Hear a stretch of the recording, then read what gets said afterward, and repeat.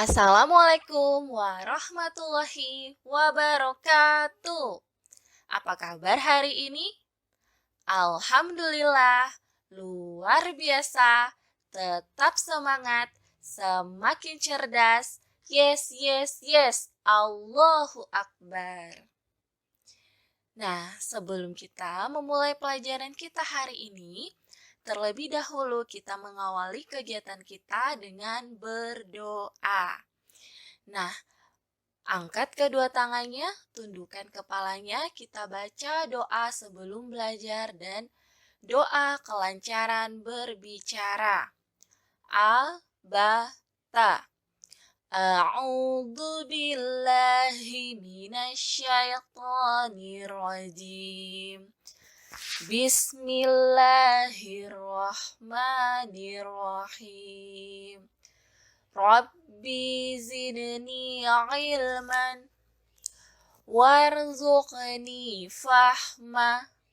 Rabbi srahli sadri wa yassirli amri wahlul uqdatam min lisani yafqahu qawli. Amin. Baik, sebelum kita memasuki pelajaran kita hari ini, seperti biasa, Ibu Guru mau mengingatkan untuk semua anak soleh-soleha di rumah agar tetap semangat belajarnya walaupun masih belajar di rumah. Jaga kesehatannya dan jaga sholat 5 waktunya, tetap rajin murojaah hafalan surahnya. Ya. Nah, hari ini kita masih di tema 1, pertumbuhan dan perkembangan makhluk hidup. Subtema 3, pertumbuhan hewan. Pembelajaran 2.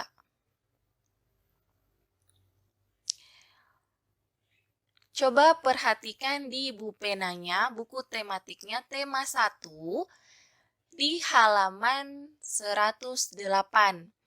Di sana ada sebuah bacaan yang berjudul Pertumbuhan Kucing. Nanti anak soleh-soleha semuanya yang ada di rumah, dibuka bukunya, lalu dibaca. Ya, setelah dibaca nanti akan ada pertanyaan yang berhubungan dengan bacaan di halaman 108 tadi. Tugas pertamanya ada di halaman 109 buku tematik tema 1. Jawablah pertanyaan berikut ini dengan benar. Mengapa Siti merasa senang? Kemudian, bagaimana cara kucing berkembang biak? 3. Berapa banyak anak kucing milik Siti? 4. Ada berapa jenis warna anak kucing? 5. Apakah kamu suka memelihara anak kucing? 6. Apakah kamu memiliki hewan peliharaan di rumah? 7. Apa saja faktor yang mempengaruhi pertumbuhan kucing? Nah, ketujuh soal ini semua jawabannya ada di teks sebelumnya, ada di bacaan tentang pertumbuhan kucing yang ada di halaman 108. Ya, jadi kalau kalian sudah membaca, kalian akan mudah menjawab tugas yang ada di halaman 109. Paham ya, Nak? Kita lanjut. Kucing merupakan hewan yang berkembang biak dengan cara melahirkan. Jadi ingat, cara berkembang biak kucing itu dengan cara melahirkan.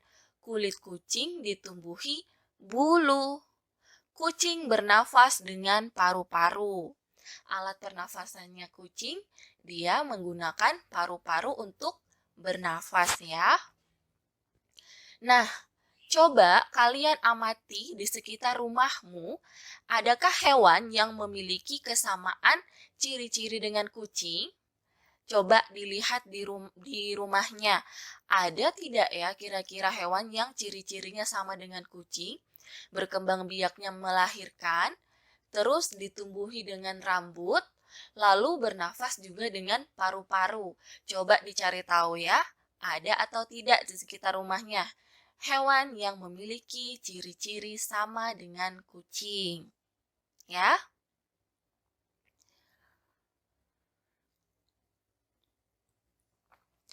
kuda memiliki ciri-ciri yang sama dengan kucing. Nah, ini salah satunya yaitu kuda. Tapi mungkin kuda tidak ada di sekitar rumah kalian ya, Nak ya.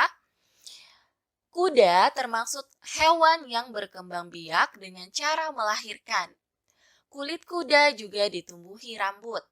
Anak kuda mengalami pertumbuhan sehingga menjadi kuda dewasa. Kuda memiliki badan dan tenaga yang sangat kuat. Kemampuan kuda dalam berlari pun sangat baik. Nah, kuda apabila dia eh, berada di pacuan kuda dan menemui rintangan, maka kuda itu akan melompat. Nah, jadi dia bisa berlari kencang, berlari dengan sangat kuat, dan juga bisa melompat. Dapatkah kamu berlari dan melompat seperti kuda? Apakah kalian bisa? Anak soleh-soleha? Bisa ya? Sampai batas manakah kamu dapat melompat? Nah, jika kalian bisa, sampai batas mana kalian bisa melompat? Setingginya seperti apa? Apakah kamu dapat memperhatikan bahwa kemampuan setiap orang itu berbeda? Jadi, anak soleh-soleha di rumah perlu tahu bahwa kemampuan kita dan kemampuan teman-teman kita itu berbeda. Ada yang bisa melompat lebih tinggi, ada yang tidak bisa melompat terlalu tinggi. Setiap orang mempunyai kemampuan yang berbeda-beda. Ada yang dapat melompat lebih tinggi dan ada yang tidak. Kita harus menghargai perbedaan kemampuan teman kita. Mengajak berlatih bersama untuk meningkatkan kemampuan adalah hal baik yang dapat kamu lakukan. Jadi, ketika kita punya teman, kita memiliki teman yang kemampuannya tidak sama dengan kita, tidak bisa melompat lebih tinggi, kita tidak boleh mengejek ya, karena dia tidak bisa. Tapi hal yang harus kita lakukan adalah mengajak dia berlatih agar bisa melompat lebih tinggi. Itu salah satu cara untuk menghargai perbedaan. Tuhan sangat menyayangi anak yang suka menolong. Tuhan juga senang terhadap anak yang menghargai temannya. Jadi, anak soleh-soleha di rumah, jika ingin menjadi anak yang disayangi oleh Allah, kalian harus memiliki sifat menghargai. Harus bisa menghargai teman-teman kalian ya yang tidak sama dengan kalian. Apa yang kalian bisa, mungkin teman kalian tidak bisa lakukan. Namun tetap tidak boleh diejek, harus dihargai ya. Menyayangi dan menghargai teman juga termasuk pengamalan sila-sila Pancasila. Nah, ayo, menyayangi dan menghargai teman itu termasuk sila keberapa Pancasila? Ada yang tahu? Iya, betul sekali. Menyayangi dan menghargai teman termasuk dalam sila kedua Pancasila yang berbunyi kemanusiaan yang adil dan beradab. Jadi harus diingat ya, menyayangi dan menghargai teman adalah pengamalan sila kedua Pancasila yang berbunyi kemanusiaan yang adil dan beradab. Paham anak soleh? Insya Allah paham ya.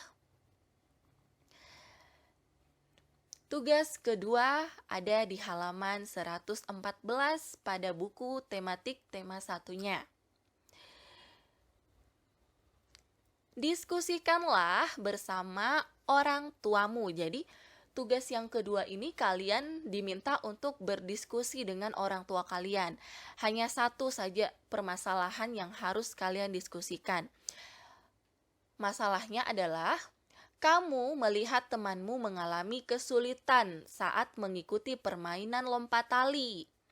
Sikap yang akan kamu lakukan adalah apa kira-kira sikap yang akan kalian lakukan jika kalian melihat teman kalian mengalami kesulitan?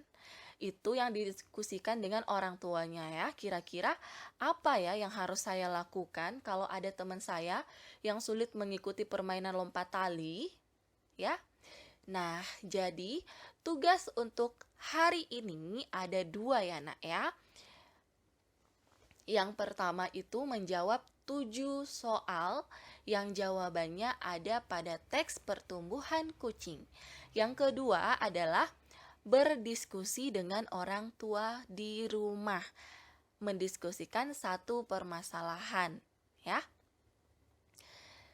Nah, selesailah pembelajaran kita untuk hari ini. Ibu guru berharap semua murid-muridnya ibu guru yang ada di rumah paham dengan materi yang ibu guru sampaikan hari ini. Namun, jika ada yang belum paham dengan materi hari ini, boleh langsung ditanyakan kepada ibu gurunya. Di WA langsung ibu gurunya ya. Ibu guru, saya belum mengerti untuk soal yang ini. Oke? Nah, sebelum kita menutup pembelajaran kita hari ini, mari kita sama-sama berdoa. Doa setelah belajar. Kembali kita angkat tangannya, tundukkan ke kepalanya. Bismillahirrahmanirrahim. Subhanakallahumma wa bihamdik. Ashhadu alla ilaha illa anta. Astaghfiruka wa atubu ilaik. Amin. Assalamualaikum warahmatullahi wabarakatuh.